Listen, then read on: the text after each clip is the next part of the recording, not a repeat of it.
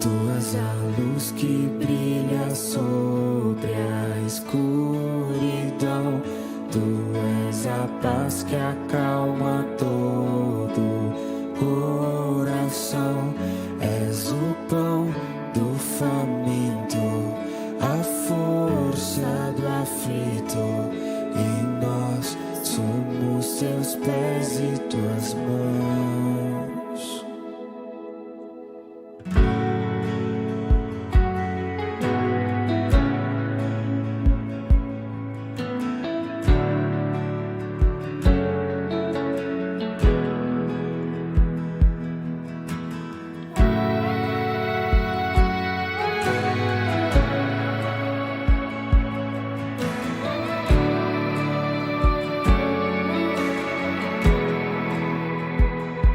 Somos teu povo, a tua igreja. Tua luz brilha sobre nós. O mesmo corpo, um só Espírito. O Senhor e Rei. Faça a tua vontade através de nós, que o teu reino venha, que o teu reino venha. Faça a tua vontade através de nós, que o teu reino venha, que o teu reino venha. Tu és a luz que brilha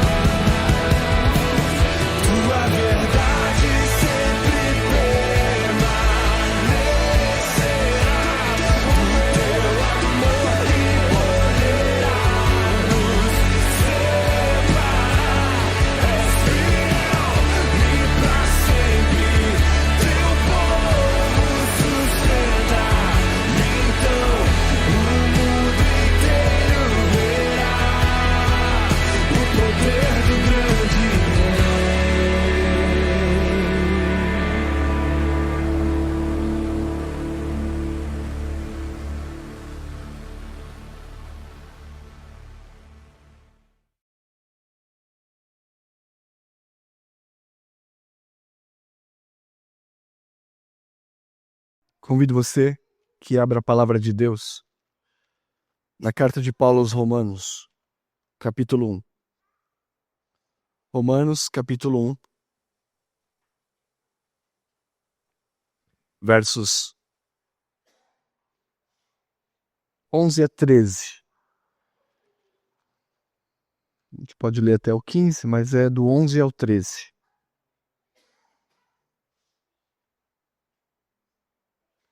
Eu leria até o 15 com os irmãos. Porque muito desejo ver-vos, a fim de repartir convosco algum dom espiritual, para que sejais confirmados, isto é, para que em vossa companhia reciprocamente nos confortemos por intermédio da fé mútua, vossa e minha.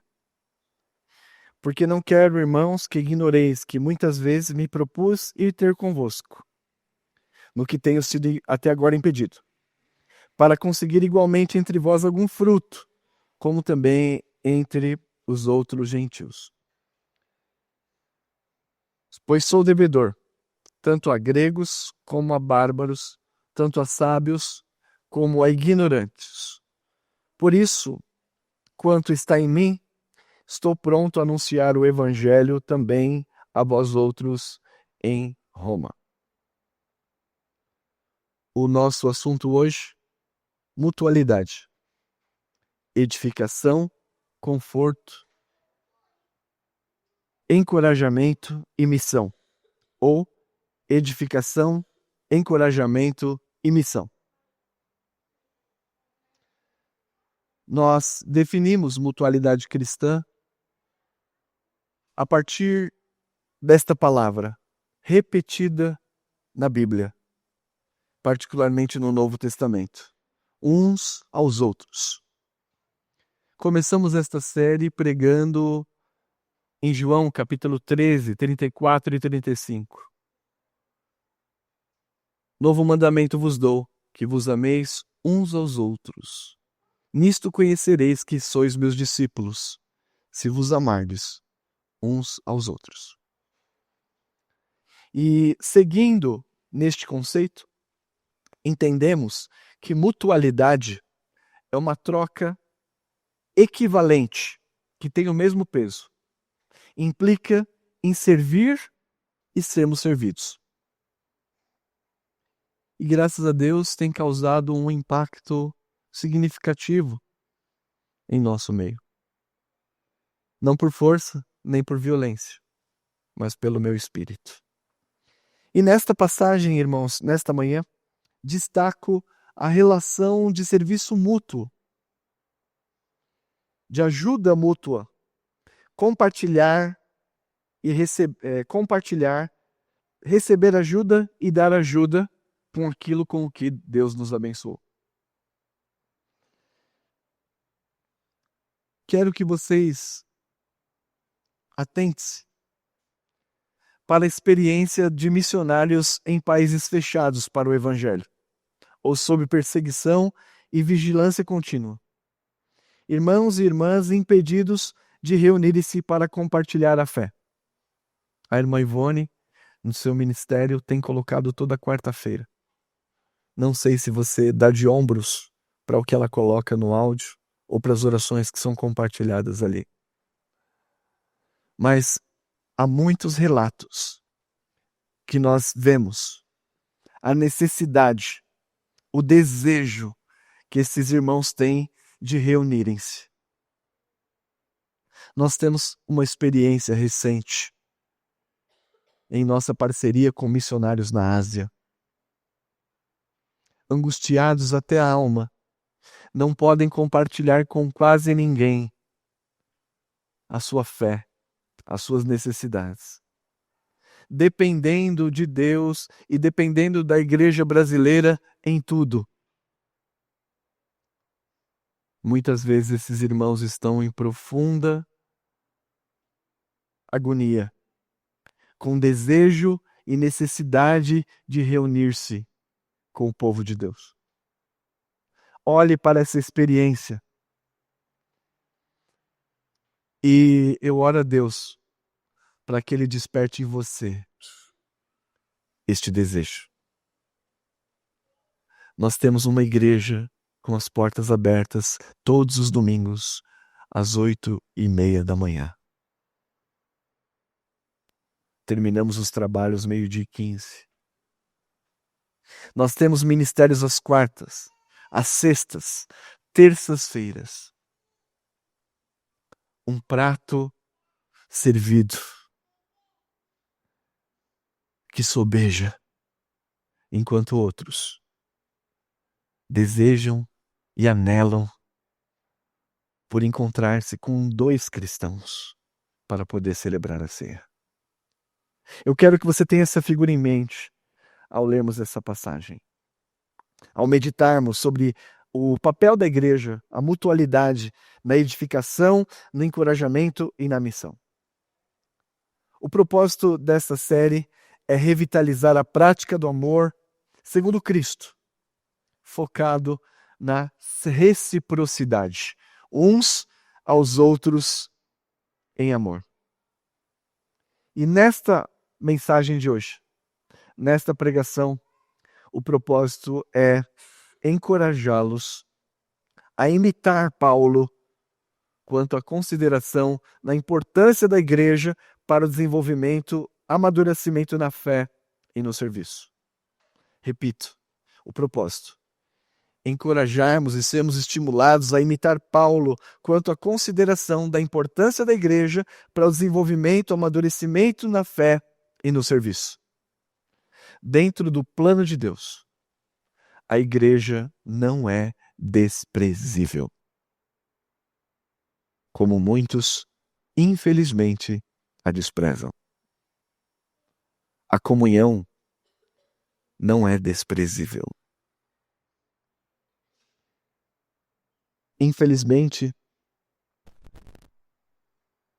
muitos, intencionalmente, que fique bem claro, nós estamos tratando aqui daqueles que agem intencionalmente, têm condições, têm saúde, têm tempo, mas intencionalmente rejeitam esta comunhão. Não só as de domingo, mas a de quarta, a de sexta, a de terça. E vive como se a igreja fosse desprezível. Algo está errado na sua fé. Muito errado. E nós vamos ver aqui na palavra de Deus. Qual é o contexto em que Paulo escreve? Eu lerei com vocês versículos 8 a 10, antes de entrarmos na passagem. Primeiramente, dou graças ao meu Deus, mediante Jesus Cristo, no tocante a todos vós, porque em todo mundo é proclamada a vossa fé. Porque Deus, a quem sirvo no meu espírito, no evangelho do seu Filho, é minha testemunha de como incessantemente faço menção de vós em todas as minhas orações, suplicando que, em algum tempo, pela vontade de Deus, se me ofereça boa ocasião de visitar-vos. Nesta primeira parte, Paulo está orando pela igreja, descrevendo o seu amor pelos irmãos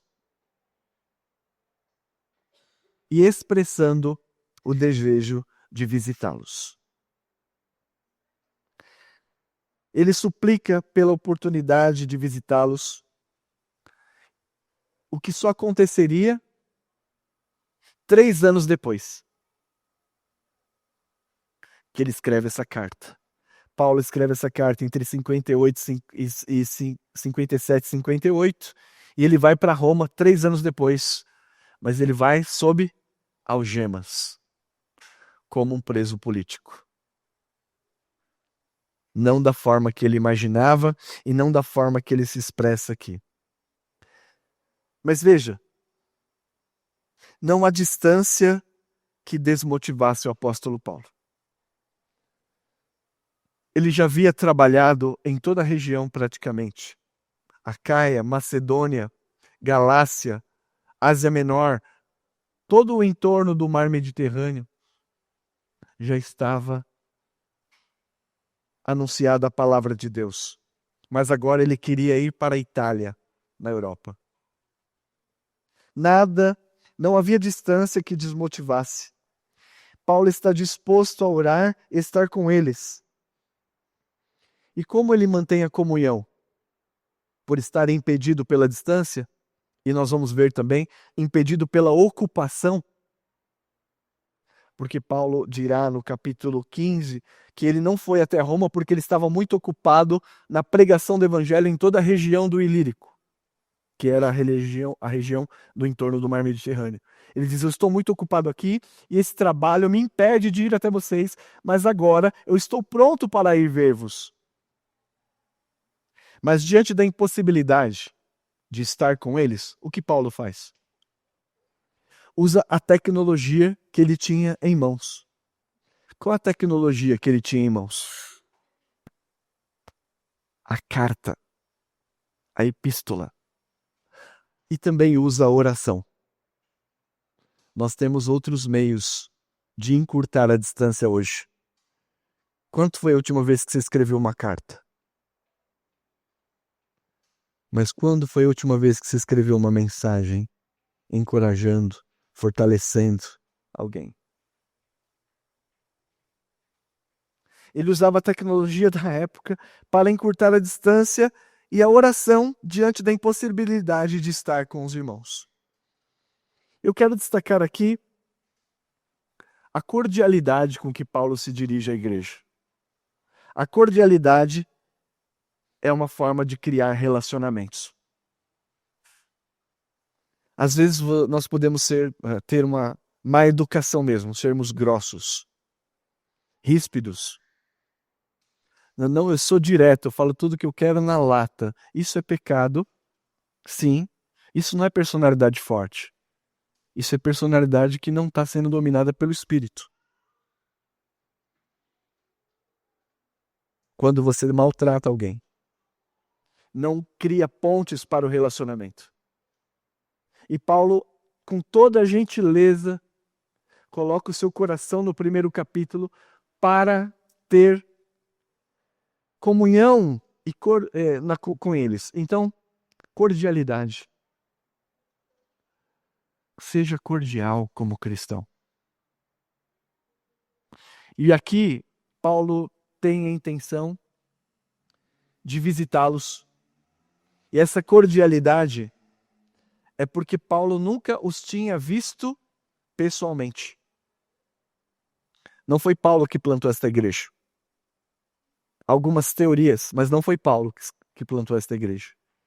Ele conhecia muita gente em Roma, mas ele também não conhecia muitos. E para estreitar esses laços, ele é cordial. É nesse contexto, ainda falando da carta, no capítulo 15, versos 18 a 33, você pode ouvir esta mensagem em casa novamente.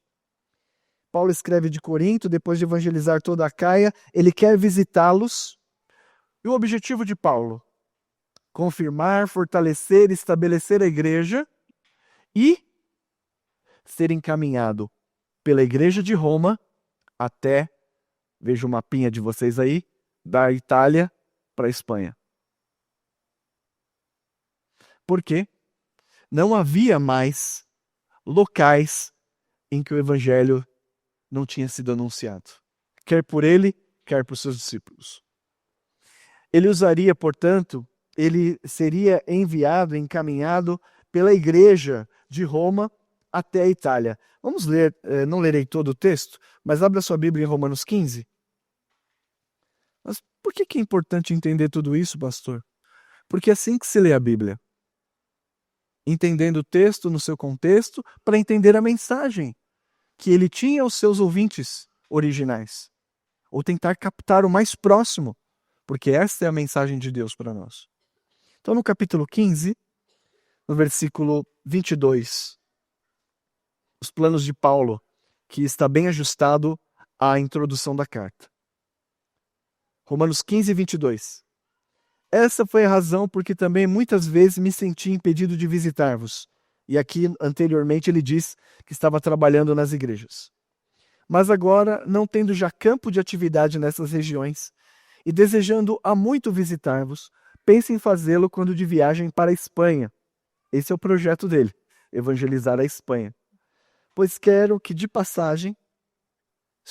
passagem estarei convosco, e que para lá seja por vós encaminhado, depois de haver primeiro desfrutado um pouco da vossa companhia. Então, nesta pequena introdução, quero que você lembre-se disso. A prática apostólica nunca foi de desprezar a comunhão com os membros do corpo de Cristo. Se nós o fazemos deliberadamente por nossas opções e não porque a Escritura nos encoraja a essa prática. Diante disso, qual o ensino geral da mensagem de hoje? Ensino resumido do que essa passagem da pregação de hoje nos mostra. Mutualidade cristã se expressa no convívio da comunhão. Convívio da comunhão. Compartilhar dons com os membros da igreja para conforto e edificação uns dos outros. Se você não lembrar de nada, lembre-se disso. Que Deus nos pediu para estarmos uns com os outros servindo.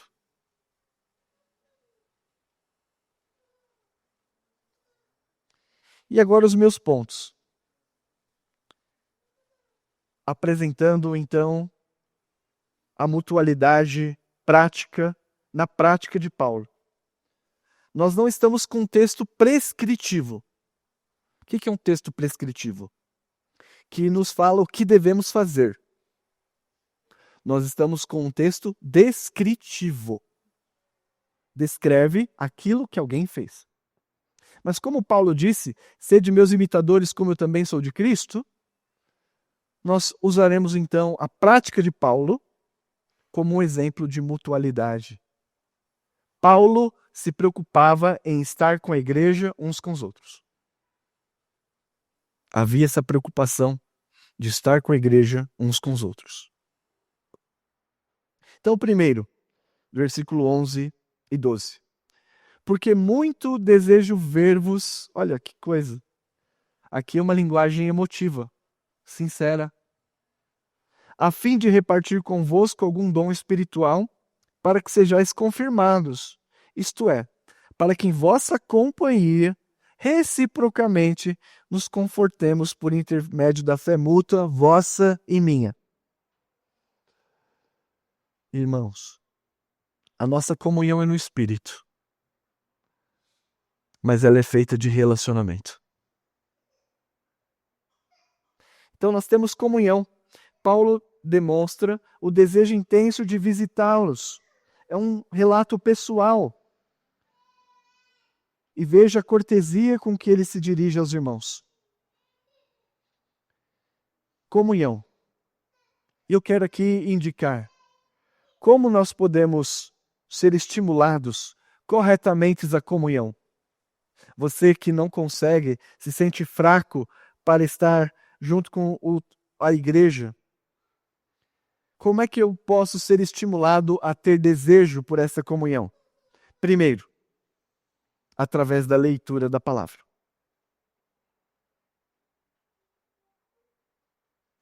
Quantas vezes você não recebeu uma mensagem ou uma ligação minha porque eu estava lendo a Bíblia e aquela passagem me tocou profundamente no sentido de preocupar-me contigo?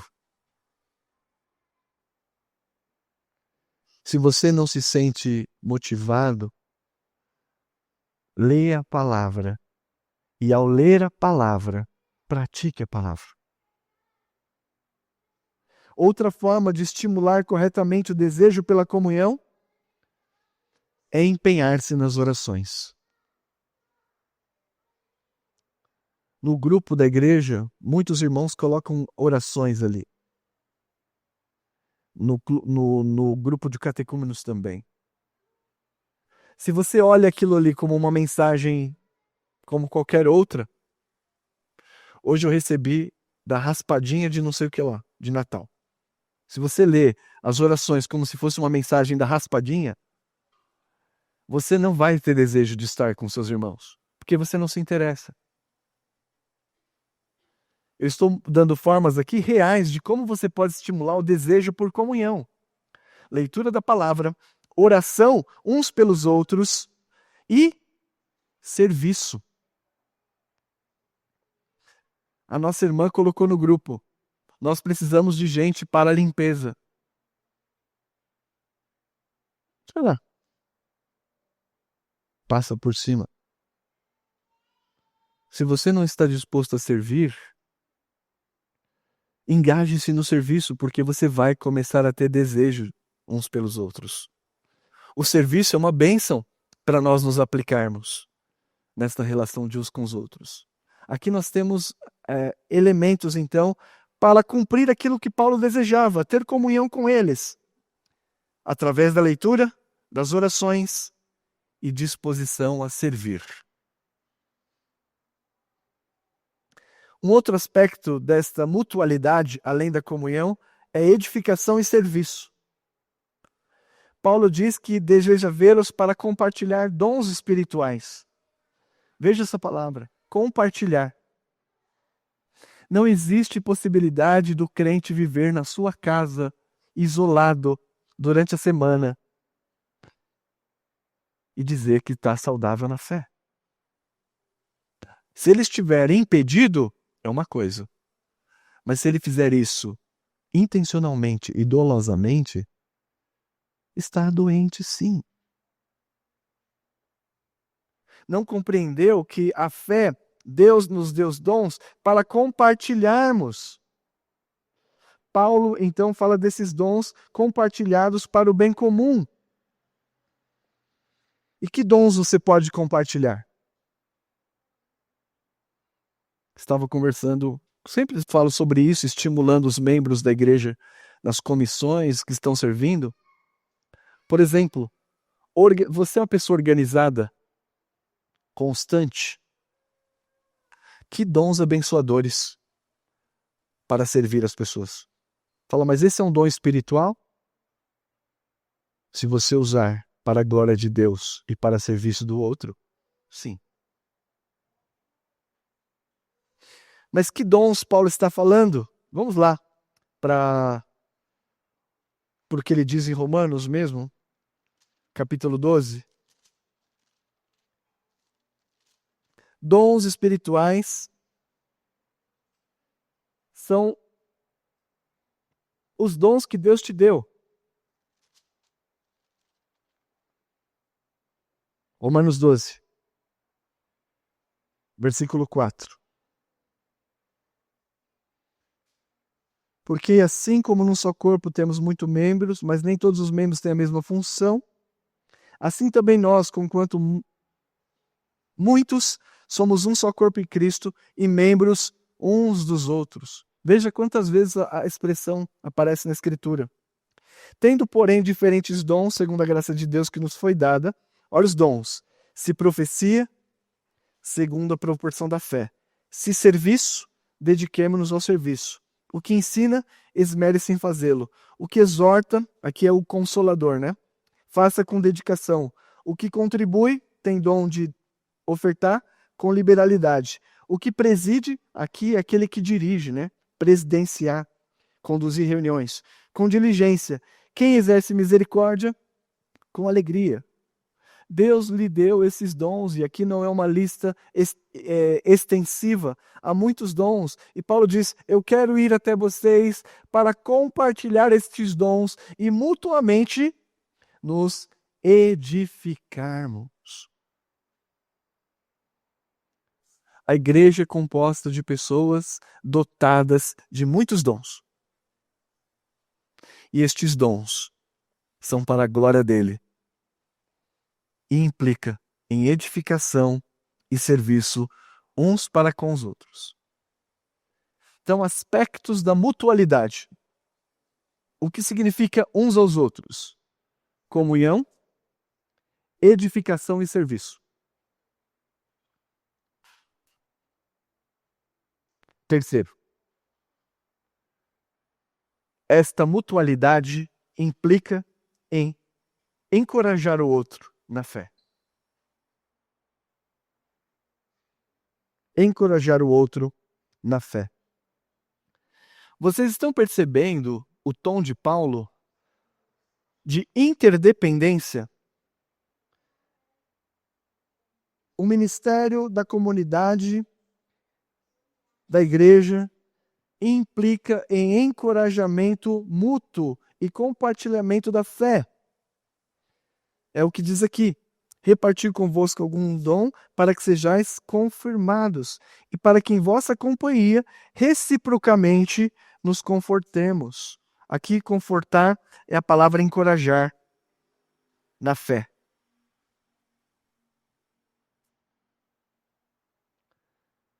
Você compartilha sua fé reciprocamente em casa? Há pessoas aqui que só o marido é crente, ou só a esposa, só o filho.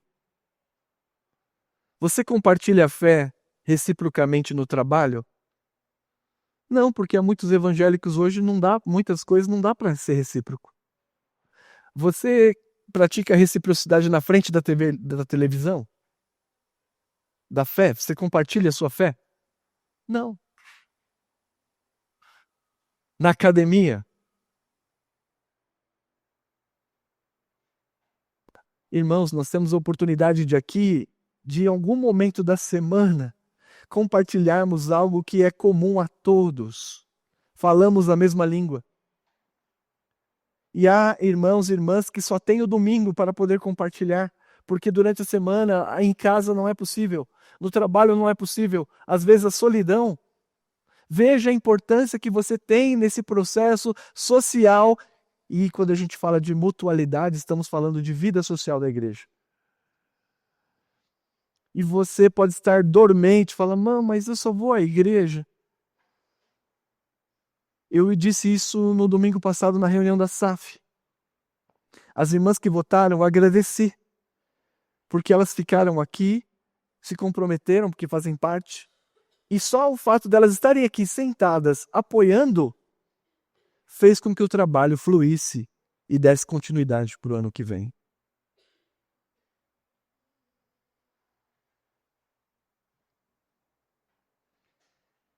É aqui na igreja que vocês são encorajados na fé. E eu tenho sido muito abençoado com os irmãos dando respostas sobre como Deus está trabalhando na vida de vocês através do ministério da igreja. Não do pastor, do ministério da igreja. Principalmente da palavra. E se você não está aqui, intencionalmente, se você tem essa disposição, você deixa de ser encorajado. Daqui a pouco você está afastado e, quiçá, muitos não retornam mais.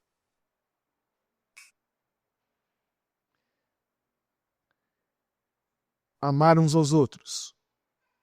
Comunhão, edificação e serviço e encorajamento na fé. Compartilharmos algo em comum. E por último, missão. Nós temos uma missão. Nós não estamos aqui num clubinho social para compartilharmos aqui a convivência, esse ambiente bom. Paulo entendia isso. Nós estamos numa missão. Versículo 13. Porque não quero, irmãos, que ignoreis que muitas vezes me propus ir até agora convosco, tendo sido impedido até agora, como nós lemos lá no capítulo 15, para conseguir igualmente entre vós algum fruto, como também entre os gentios. Que fruto é esse? Conversões. A igreja não é a Disneylândia, em que a igreja não é um McDonald's. A igreja não é a lavanderia a jato. Você vai lá, leva a roupa suja, coloca, meia hora, recolhe e vai embora.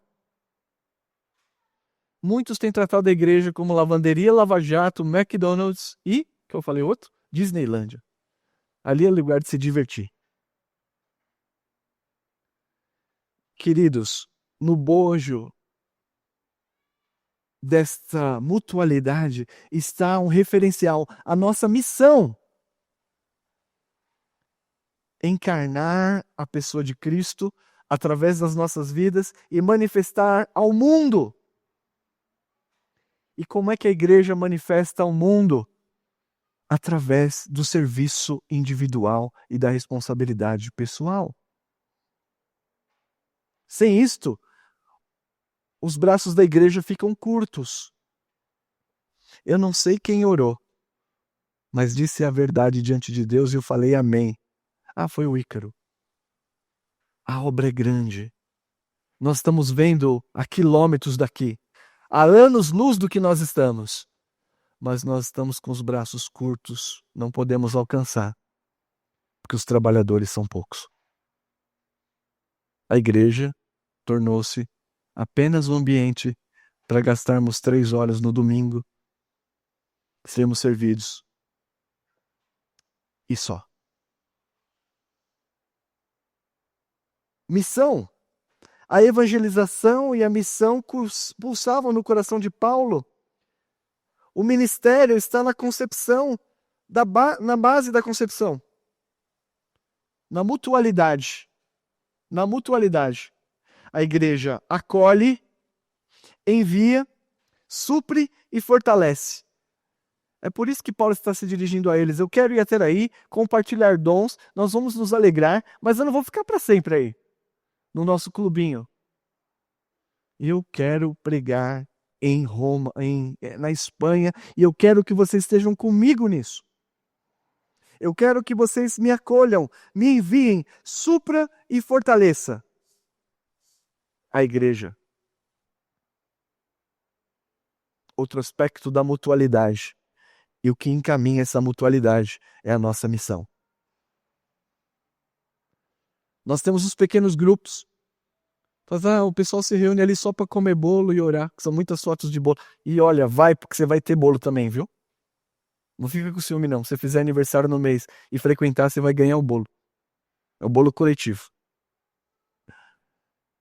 Não. Nós estamos ali convidando pessoas.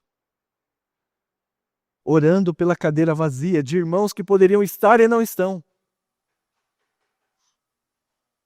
Nós temos uma missão, irmãos. É isso que motiva Paulo. E vocês têm muitos dons. Ô igreja abençoada, cheia de dom. Às vezes os pastores ficam lamentando. Eu não lamento, falo, minha igreja tem muitos dons. Acho que Deus me presenteou lá só com gente top.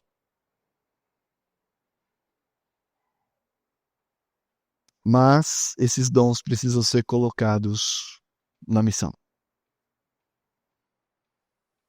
Faz parte da mutualidade. O que você faz? Sabe limpar?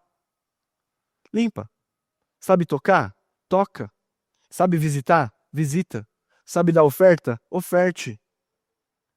Sabe ligar para alguém? Ligue. Sabe, não sei lá, o que vocês pensarem aí. Tudo isso é muito importante. Sabe receber as pessoas? É bom de papo? Tem gente que não consegue falar 2 frases, né? Tem gente que é bom de papo. Tem essa cordialidade. Todos os dons, queridos, envolve essa mutualidade e crescimento. E por último, terminando. Veja só as palavras que estão nesse texto. Repartir, visitar, companhia, reciprocamente, fé mútua. Em poucas palavras, podemos ler como o apóstolo compreendia a necessidade de relacionar-se como igreja. 2 parágrafos. Repito, se você intencionalmente resiste e rejeita, você está pecando, porque está em desconformidade com aquilo que a prática cristã prescreve. Ou aqui, descreve. O conceito de mutualidade foi aprendido com Jesus. E eu quero que você abra sua Bíblia em Efésios. Esse é o argumento principal pelo qual nós podemos praticar a mutualidade. Efésios.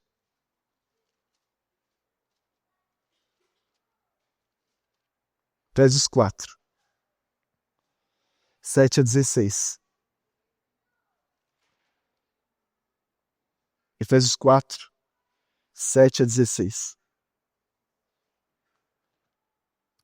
E a graça, nós lemos isso durante a ordem do culto.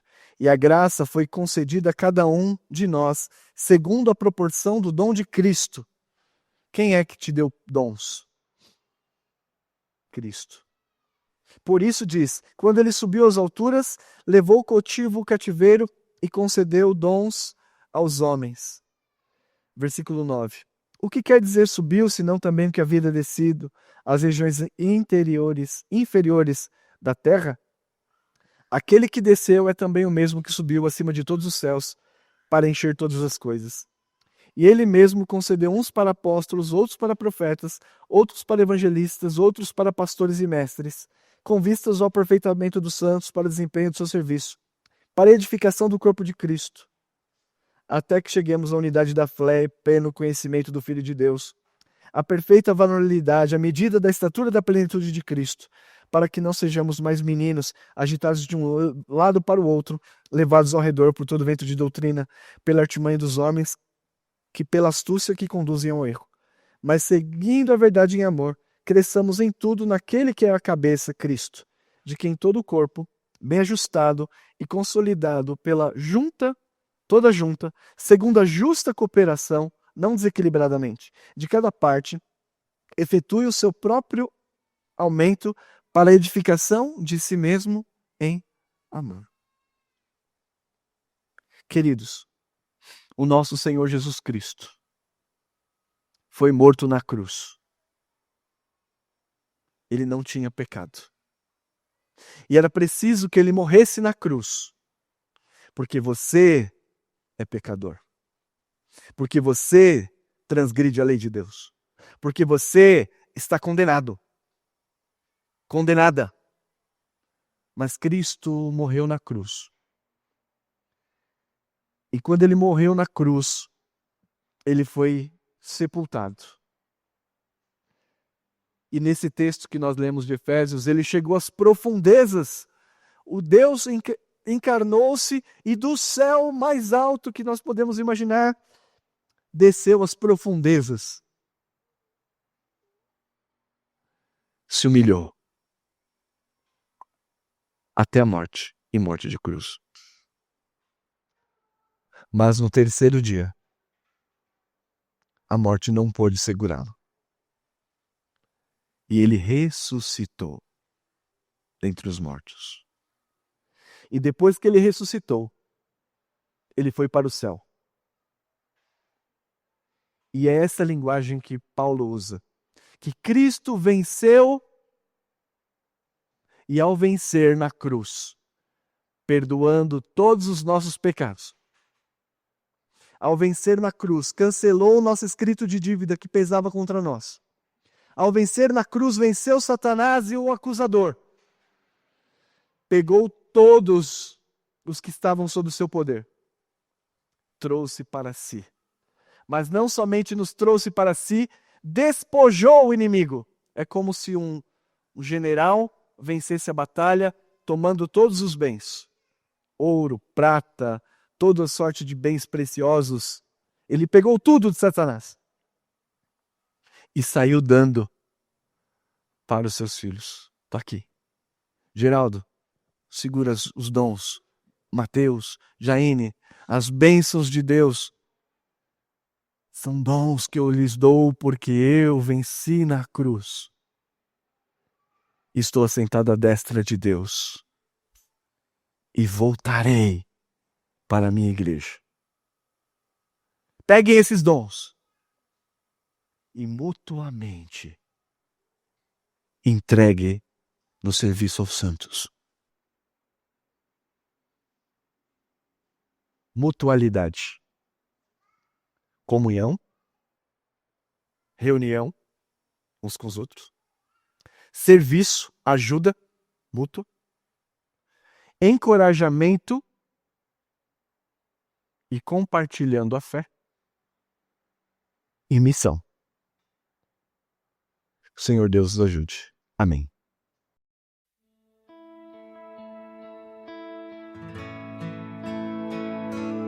Tu és a luz que brilha sobre a escuridão. Tu és a paz que acalma todo coração. És o pão do faminto, a força do aflito.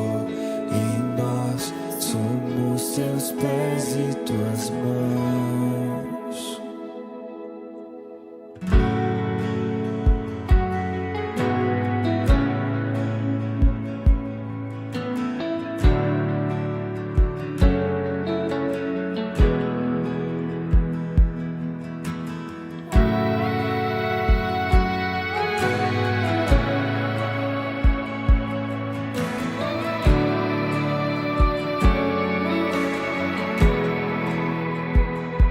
Somos teu povo,